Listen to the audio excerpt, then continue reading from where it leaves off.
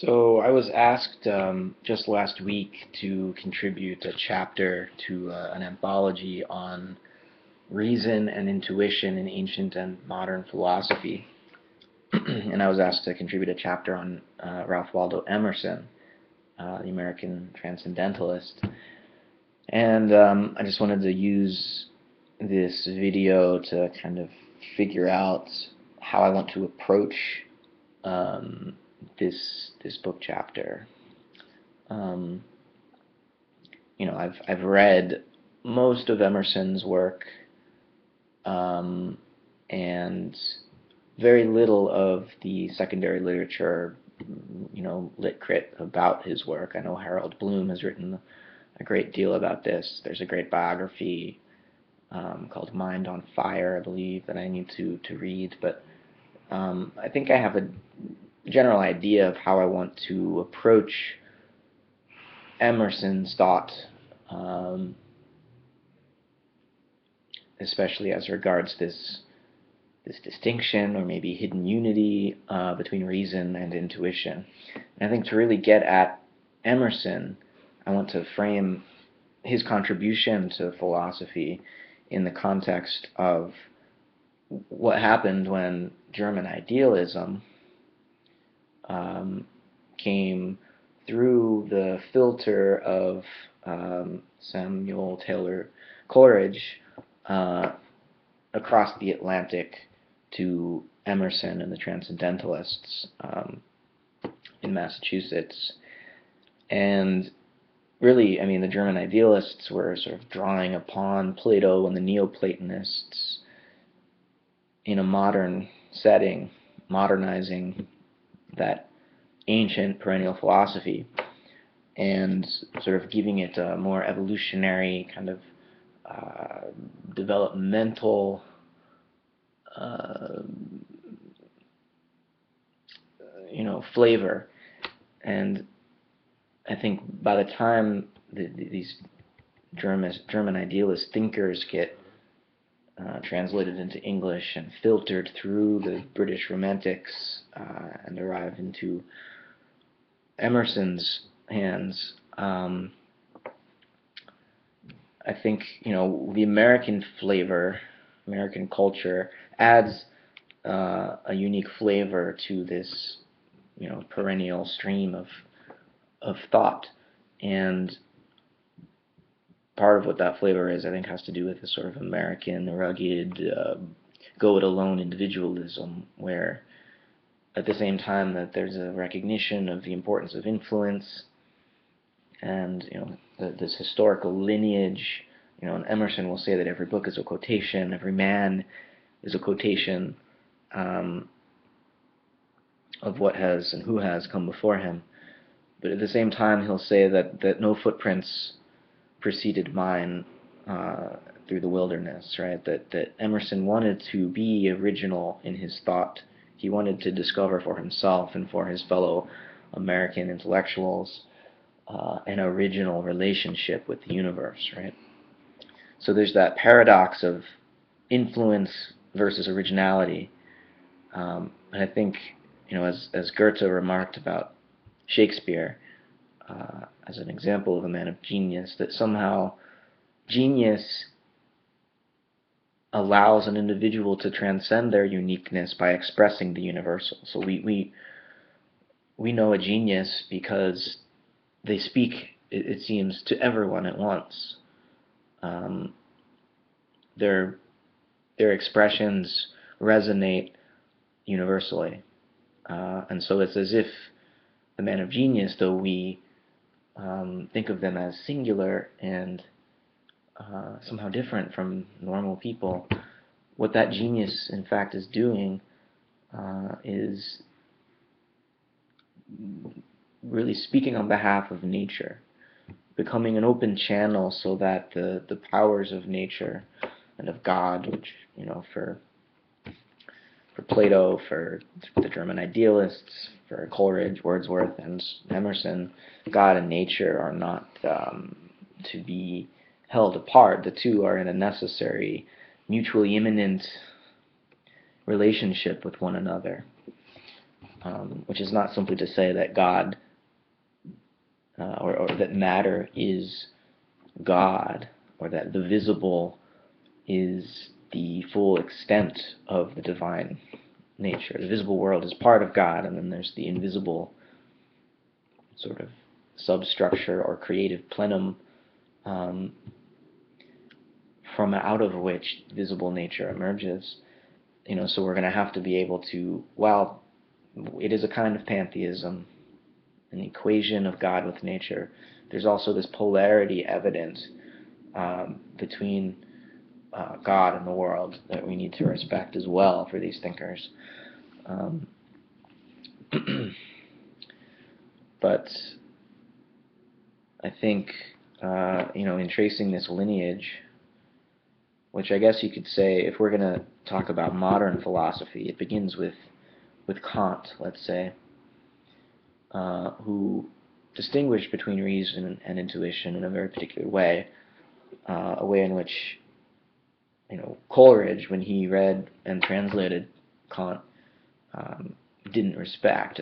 Coleridge's distinction between reason and intuition, which he claimed was Kantian, is in fact not in any way what Kant was saying. Kant was trying to develop a critical philosophy, a critique of metaphysics as they had been practiced in the past, where the metaphysician, the speculative philosopher, would assume that there was this necessary connection between thought and truth.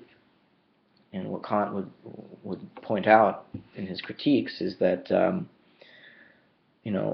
yes, we have this innate desire to know the truth of being, but that through reason alone we can't get there, because there's this other faculty called understanding, and of course our experience of the sensory world and our intuitions of space and time, that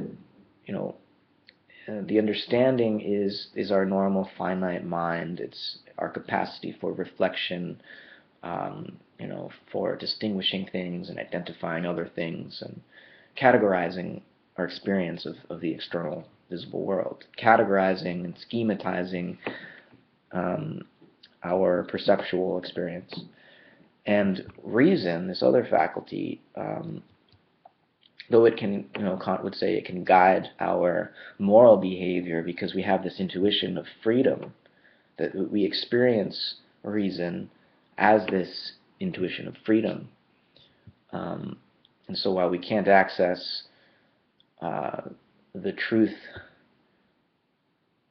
of reality through reason, because reason doesn't have the grounding provided by sensory intuitions that the understanding has. So, when we think with the understanding, all of our concepts are grounded in or synthesized with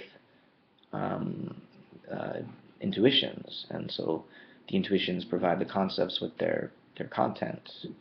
Whereas with reason, when we're thinking of the ideas of reason, like freedom, like immortality, like God, or the cosmos, right, the whole universe, the all, these ideas of reason don't have correlative intuitions, says Kant.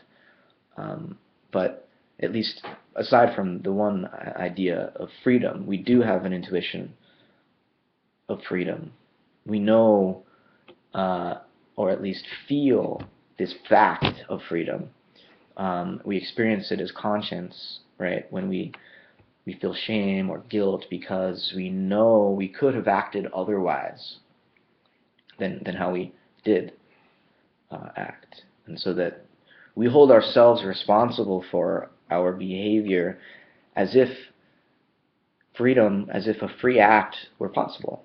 And that outside of that possibility of free action, we wouldn't, conscience wouldn't make any sense. Morality wouldn't be possible.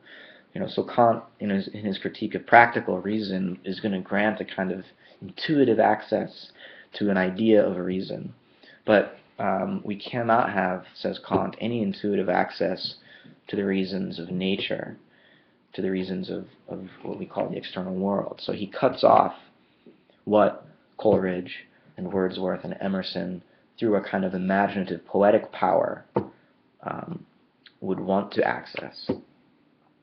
So when Kant's philosophy gets translated into English by Coleridge, Coleridge takes this distinction between reason and understanding and ignores the way that Kant severely limited reason and reason's ability to provide us with knowledge, to produce knowledge, to generate knowledge, to access knowledge. Coleridge ignores that limitation, that Kantian restriction of and critique of the power of reason, and instead wants to say that through the power of genius, creative, poetic genius, the scientist, the philosopher, can in fact penetrate into the depths of nature and understand its organic formative power through a kind of identity, a direct intuition, not secondhand through some kind of a representation or concept, right? Kant tried to, in part of his critique of reason was also a critique of what natural science is capable of, and he would limit natural science to the study of phenomena. In other words, science studies the way in which nature appears to us through the forms of intuition of space and time, and as filtered through the universal necessary, that is, a priori categories of the understanding. But all of that is the phenomenal world, the apparent world. That's what science studies. Things themselves, reality itself, the way nature may or may not be independent of our human intellection and reflection and perception. We can't, science, natural science, physics, will never be able to say anything about that as far as Kant is concerned. The best we can hope for is a kind of instrumental understanding where cause is connected to effect in an inductive way, a sort of generalization that has held true, we know has held true in all of our experience thus far, but that we can't say for certain will always hold true in the future. So there's a limitation on any kind of theory of everything in Kant, at least if by everything we mean things themselves and not just the way things appear to us, for us, to our kind of mind and perceptual capacities. So Kant's science is necessarily kind of anthropocentric in that way, in that all that science can tell us about nature is already implicit in the way that scientific investigation is shaped by our humanness, by our own innate mental capacities. Now, I think Coleridge and Emerson are going to want to say that nature itself, the cosmos itself, independent of just the human species, that we can know its essence, we can know its reasons, we can know its principle, because the human mind is in fact continuous with nature, and that nature is, when the human mind approaches it and courts it in a certain way and activates a sort of heart-centered perception, a receptive perception, a kind of gentle empiricism, as Goethe called it. When we approach nature in this way, it doesn't appear mechanical anymore, but in fact displays its own form of creative intelligence, its own form of compassion and care. But that this type of intuitive perception of nature's underlying sort of invisible formal causes, that in order to intuit these, it requires an act of will on our part. So whereas, the scientist, the scientific empiricist or scientific materialist, of the average variety that we see with people like Richard Dawkins and Dan Dennett and so on today, they would want to say that what scientific observation, scientific method is just a kind of modest witnessing of what is there, independent of any of our human sentiments or desires or values. Science is just observing the facts as they appear, as they are. Where, the post-Kantian idealists, like especially Schelling and Hegel in his own way, the British romanticists, Coleridge, Wordsworth, Carlyle, and Emerson in America, they're going to want to say that to do science in a truly, you know, post-Kantian way, in the sense that it's able to overcome this Kantian dualism or bifurcation, separating reason from intuition, or separating the human freedom from nature and natural mechanism, necessity, determinism. You know, Emerson and company, they're going to want to overcome this by saying that no, science, in the sense of true knowledge of reality, requires a certain disposition on the part of the knower. It requires of the knower a certain transformation, metanoia, a turning about of the soul, such that it becomes adequate to the things themselves. So that we can't just, pretend that somehow by withdrawing all of our emotional tendrils that are all wrapped up in the world and other people, instead of pretending that we could just modestly witness some mechanical world out there and so describe its objective qualities. What the transcendentalists, romantics, the German idealists, what they're saying, I think, is that no, we human beings with our free moral capacities to act on purpose, we, in order to know the world, first of all, we are part of that world, and so in order to know it, we have to fully actualize our own capacities as creatures of the world. And in that way, we become adequate to the world, to a true understanding of the world, not as it appears to the self-limitation that we impose upon our true nature. What we call the discursive understanding, this sort of dry, reflective consciousness that separates us from an external mechanical world, such that we would need to represent that world correctly using abstract categories and whatnot. Instead of, that becomes a reality only when our inborn capacities for intuitive connection with the world are severed or atrophy for whatever reason, due to poor education or a debased culture or whatever it may be, neurophysiological disorder. This can happen for many reasons, but Emerson and the lineage that he's drawing upon, what they're trying to say is that we can cultivate these inborn capacities. We must cultivate these inborn capacities if we want to truly know the world. We can't just sit back and think that the world will come to us without our active participation. So what these thinkers are calling us to is a kind of participatory engagement with and co-creative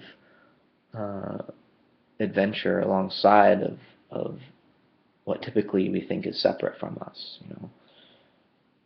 They want to say that no, the human is not separate from the universe, and they're doing that not by reducing the human to this, to the mechanical understanding of nature as just one accident after the next, but rather, by saying that the human is continuous with the universe, they're also saying that the universe is continuous with the human. And so all of the things that we value about our humanness and that we think are unique to us, in fact, have we're lying dormant and in germ in nature already, and have just flowered through us. And that indeed the human is perhaps the flower of nature, but not yet the fruit. We're a transitional being, halfway between animal and angel, and I think all of these thinkers and their emphasis on evolution and development and the process of history and incarnation, the incarnation of reason into history, I think they're saying that our task is not yet finished. We have not yet attained to our full capacity. And so to be human is to be not yet a kind of God. So of course, all of these men who had wives, some of them, most of them, who obviously played an important role in their development. And it's unfortunate that I have to focus on just men, but all of them were Christian. But as far as the larger social context within which they existed, the Christian churches to which they belonged or didn't belong, from that perspective, they were heretics, Christian heretics. But I think for someone like myself, who's more philosophically than religiously inclined, but still turns to religion for inspiration, always as an outsider, but as an outsider, really curious to know and even longing to participate in what true religion would be. I find the Christian heretics more interesting than those Orthodox Christians. So it's always the heretics who speak on behalf of, I think, the Holy Spirit rather than the dead letter. They are open to the influence of the ongoing revelation of God in the world, and not closed off as so much of the church institution would prefer, such that in the Catholic religion there's that need for the priest to mediate between the believer and God, as if God couldn't speak directly to us. And in the Protestant tradition, just to focus on the literal word, written word, I think can obscure the way that the Spirit blows where it wants, and that the wind isn't finished blowing yet, so we cannot prematurely close off the nature of the revelation. A great example of this, perhaps the best example of this, is Emerson's address to the graduating class of the divinity school at Harvard, where he distances himself from historical Christianity in order to align himself with this ongoing spiritual revelation still alive with us today, and not restricted to one event in Palestine 2,000 years ago. So anyways, thanks for listening as I work out some of the ideas that I want to play with in this book chapter. I would appreciate any comments, reflections, source materials on Emerson that you know of. Post them in comments. Thanks for listening.